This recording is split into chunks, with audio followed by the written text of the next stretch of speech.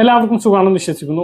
2026 ആദ്യ മാസത്തിൽ bank account ഉള്ളവർ ശ്രദ്ധിക്കേണ്ട വളരെ പ്രധാനപ്പെട്ട കാര്യമാണ്.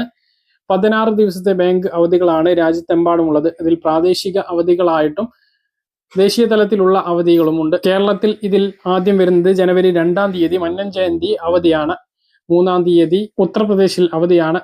4-ാം തീയതി ഞായറാഴ്ച, 10-ാം തീയതി 2-ാം ശനിയാഴ്ച, 11-ാം തീയതി ഞായറാഴ്ച, 12-ാം തീയതി സ്വാമി വിവേകാനന്ദ ജയന്തി പശ്ചിമ ബംഗാളിൽ അവധിയാണ്. 14-ാം തീയതി മകര സംക്രാന്തി അസം, ഒഡീഷ, അരുണാചൽ പ്രദേശ് എന്നിവിടങ്ങളിൽ അവധിയാണ്. 15-ാം തീയതി പൊങ്കൽ, മകരസംക്രാന്തി തമിഴ്നാട്, കർണാടക, ആന്ധ്രാപ്രദേശ്, തെലങ്കാന എന്നിവിടങ്ങളിൽ അവധിയാണ്.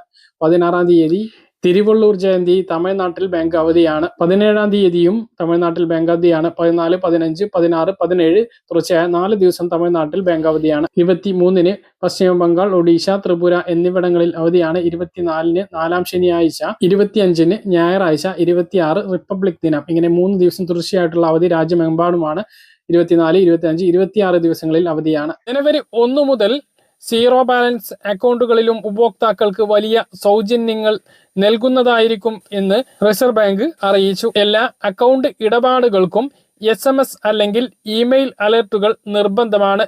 ഡിജിറ്റൽ ബാങ്കിംഗ് സേവനങ്ങൾ ആരംഭിക്കുന്നതിന് മുമ്പ് ബാങ്കുകൾ ഇനി മുതൽ RBIയുടെ മുൻകരുതൽ അനുമതി വാങ്ങേണ്ടതാണ്. കൂടാതെ ഡിജിറ്റൽ സേവനങ്ങൾക്കായി ഉപഭോക്താക്കളുടെ വ്യക്തവും രേഖാമൂലമുള്ളതുമായ സമ്മതം ബാങ്കുകൾ തേടിയിരിക്കണം. സേവനങ്ങളുടെ നിബന്ധനകളും വ്യവസ്ഥകളും അതാണ്. സേവനങ്ങൾക്കായി ഈടാക്കുന്ന ചാർജുകൾ, പരാതി ഉണ്ട് എങ്കിൽ പരിഹരിക്കുന്നതിനായി തേടുന്ന മാർഗങ്ങൾ എന്നിവ ലളിതമായും വ്യക്തമായും ഉപഭോക്താക്കളെ അറിയിക്കാനുള്ള ബാധ്യത ബാങ്കുകൾക്കുണ്ട്. സീറോ ബാലൻസ് അക്കൗണ്ടുകൾക്ക് കൂടുതൽ സൗജന്യ സേവനങ്ങൾ ലഭിക്കും എന്ന പ്രത്യേകതയും ഉണ്ട്. അടിസ്ഥാന സേവിങ്സ് അക്കൗണ്ടായ സീറോ ബാലൻസ് അക്കൗണ്ടുകളിൽ ബാങ്ക് ഡിപ്പോസിറ്റ് അക്കൗണ്ടുകളിൽ കൂടുതൽ പരിധിയില്ലാതെ പണം നിക്ഷേപിക്കാം.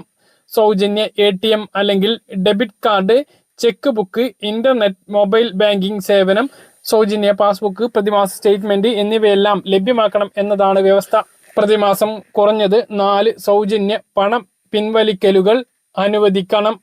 എന്നാൽ UPI, NEFT, RTGS, IMPS, POS എന്നീ ഇടപാടുകൾ ഈ പരിധിയിൽ ഉൾപ്പെടുന്നതല്ല. ATM card, cheque book, digital banking സേവനങ്ങൾ എന്നിവയൊന്നും തന്നെ ഗുണഭോക്താക്കളെ നിർബന്ധിച്ച് എടുപ്പിക്കാൻ പാടില്ല എന്നും പുതിയ മാർഗനിർദ്ദേശങ്ങളിൽ പറയുന്നു. അപ്പോൾ ബാങ്കുമായി ബന്ധപ്പെട്ട് ഇത്തരം മാറ്റങ്ങളൊക്കെ വരികയാണ്.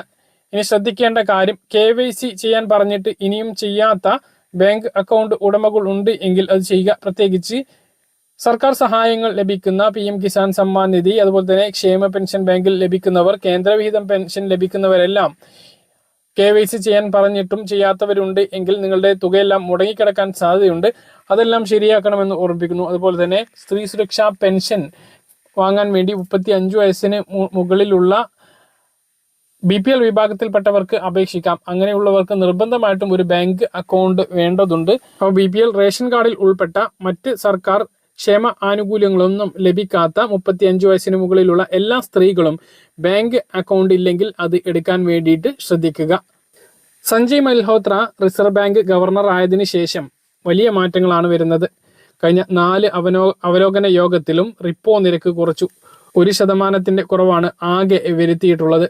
ഇതിന്റെ അടിസ്ഥാനത്തിൽ പലിശ നിരക്ക് കുറയും. വാഹന, ഭവന വായ്പകൾ ഉൾപ്പെടെ എല്ലാ വായ്പകൾ എടുത്തിട്ടുള്ള ആളുകൾക്കും പലിശയിൽ ഇളവുണ്ട്. അതുപോലെ തന്നെ കൃത്യമായിട്ട് മനസ്സിലാണെന്ന് കരുതുന്നു. ഇതുപോലെ ഇൻഫർമേഷൻ ലഭിക്കാൻ ചാനൽ സബ്സ്ക്രൈബ് ചെയ്യുക, ബെൽ ഐക്കൺ എനേബിൾ ചെയ്ത് വെക്കുക. മറ്റൊരു വീഡിയോ കാണാം.